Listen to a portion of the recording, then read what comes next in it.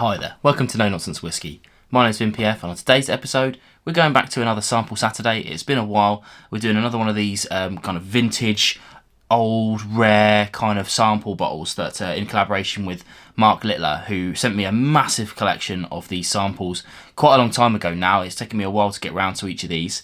But the whole point of this is that he picked up a whole bunch of samples on auction and sent them over to me so I could do some reviews on them. So really what I'm doing is giving you my first impressions of some of these really old samples that otherwise probably wouldn't get cracked.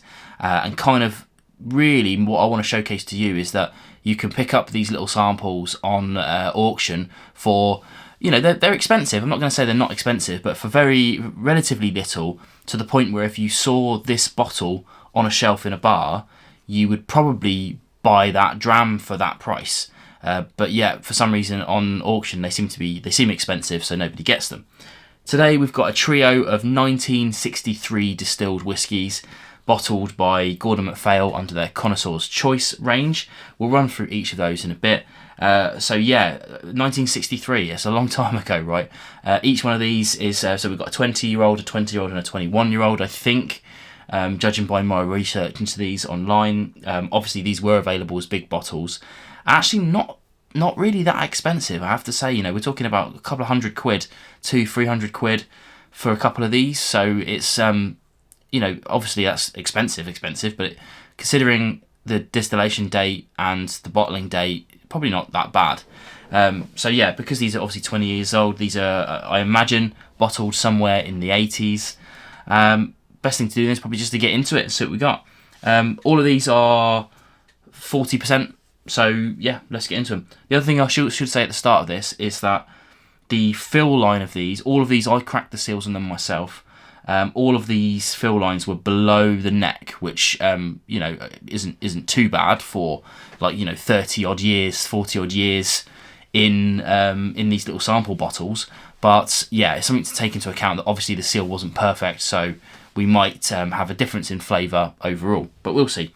I'm going to be going in order from this side to this side, basically alphabetical order. And the first one then is this little beaut, a Dalwhinnie. Again, I don't know much about any of these particular. You know, I tell you the interesting thing about this is that they all of these samples say Scotch Highland malt whiskey, and yet none of them are Highlands. They're all Speyside. And I suppose technically speaking, right? Actually, that's a good, interesting point. This is where I kind of leave stuff in during these Sample Saturday videos. These are very, very like little editing. Someone else might be able to tell me this. When did the regions come in? Is that what it is? Is that it's basically, it is Highlands, but then they split out into Speyside later on? I don't know exactly when that happened, so I'm sure somebody smarter than I will be able to tell me below. Probably Andrew A.P. Butler or similar. Yeah. Check out the comments, I'll pin it if somebody does. First one then, we've got a Dalwhinnie. Now, obviously they've been around a while, so yep, distilled in 1963, bottled in the mid-80s. I imagine all these are kind of natural coloured, I think that was a thing, 40%. Again, I've had a little sip of each of these, but always off the cuff this is, so let's have a look and see what we've got. Okay, so it's quite light and tender on the nose, very floral. Quite a lot of barley, some honey, sort of fresh green apples, I guess. Let's try on the palate.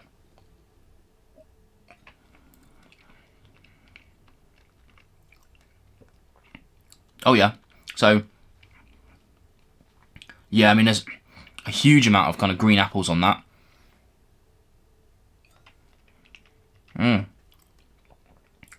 Oh, that's a beaut. I mean, that's like decisions on the fly. That's really lovely. Yeah, very much green apples, very much honey, a little bit of caramel, a little bit of fudge, a little bit of vanilla, that sort of thing.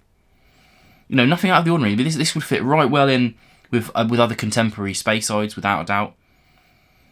I sort of wish I had a Dalwhinnie to compare it to today, but I don't. Actually, I don't have for any of these, unfortunately, but yeah, that's just, I mean, I'll tell you what, that's just a really lovely malt. Is that there's not anything too like mind blowing about it. You know, it's not like pow, this is from the 60s, amazing, but it's just lovely.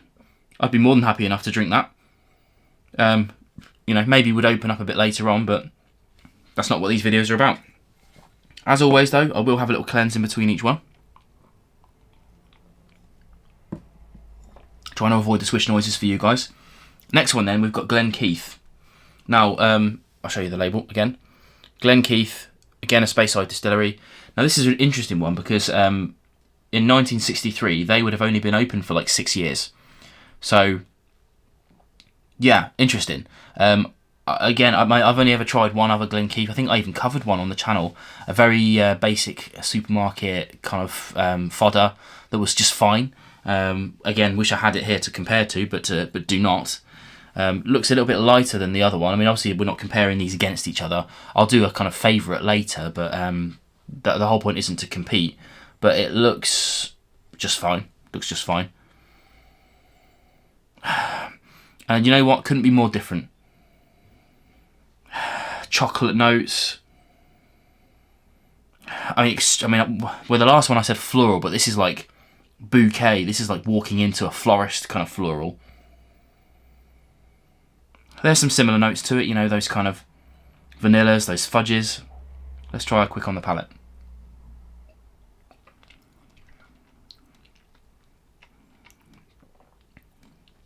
Okay. It's kind of like, I'm doing my kind of like a head sway because that's very much, it's so floral, it's almost like a little song. Getting a bit off-piste, but yeah, so floral. I wouldn't know which flowers to pick out. Definitely like a little bit of rose water going on, for sure. Lemongrass, without a doubt. Almost like a heatheriness going on, but it's not like a smoky. It's just like again that floral. A little bit of marzipan on the back end. Oh, I mean, I like that for a whole different reason. It's almost like it's got that kind of like that liquid waxy quality that I really like about that. Okay, tough choice. Another little cleanse, and finally then we've got a Miltonduff. Again, not a distillery I know a hell of a lot about. Yeah, this one's meant to be a 21-year-old, so has the advantage of an extra year in the cask. Probably a little bit darker than the other two, for whatever reason. Let's try on the nose.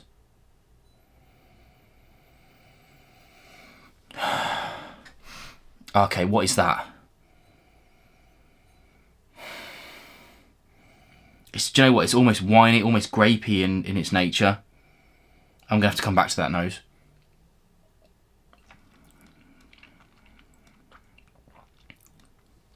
Okay. Oof. That's interesting. Right, okay. Back to the nose. Yeah, do you know what? It's almost like it's got like a kind of wood polish note to it, but often that can be a negative. In this case, for me, it isn't. I mean, I literally just covered a whiskey a few days ago where I was like, it just reeks of nail polish and nail polish remover and kind of polish, beeswax polish. But this is like that, but without the kind of chemicalness of the acetone at the front. So it is a nice polish smell. Struggling to get past that, to be honest.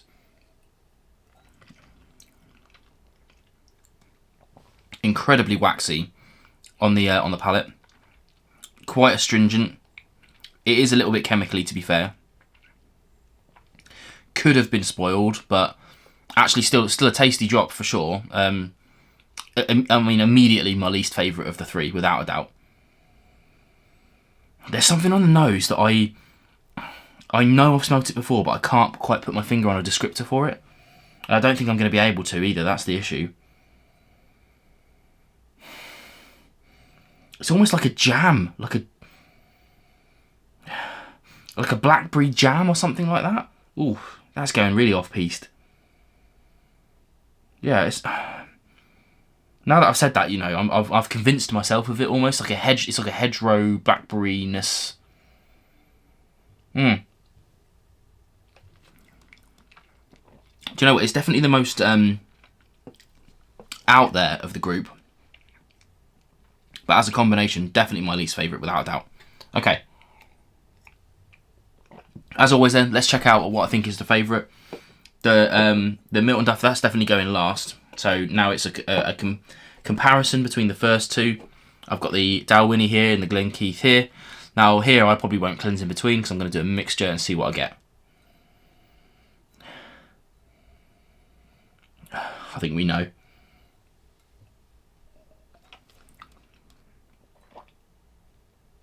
It's lovely.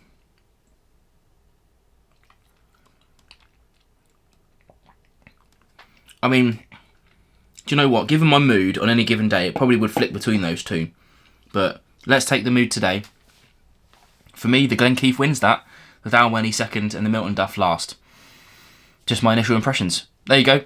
Another quick sample Saturday for you today. Hopefully you've enjoyed that. Hopefully you're still enjoying these videos of me going through these. Hitting them about once a month at the moment. So I'll hopefully try and do them a bit more frequently if you're enjoying them. But I've probably got another 5 or so videos left on the shelf up there. And then I'll be back to kind of relatively normal sample Saturday stuff. But yeah, if you're enjoying it, let me know below and hit the like button and all that jazz. And I'll continue to make it. In any case, I'll see you again on more videos coming soon. And I am going to have a little bit more of my favourite. Cheers. See you soon.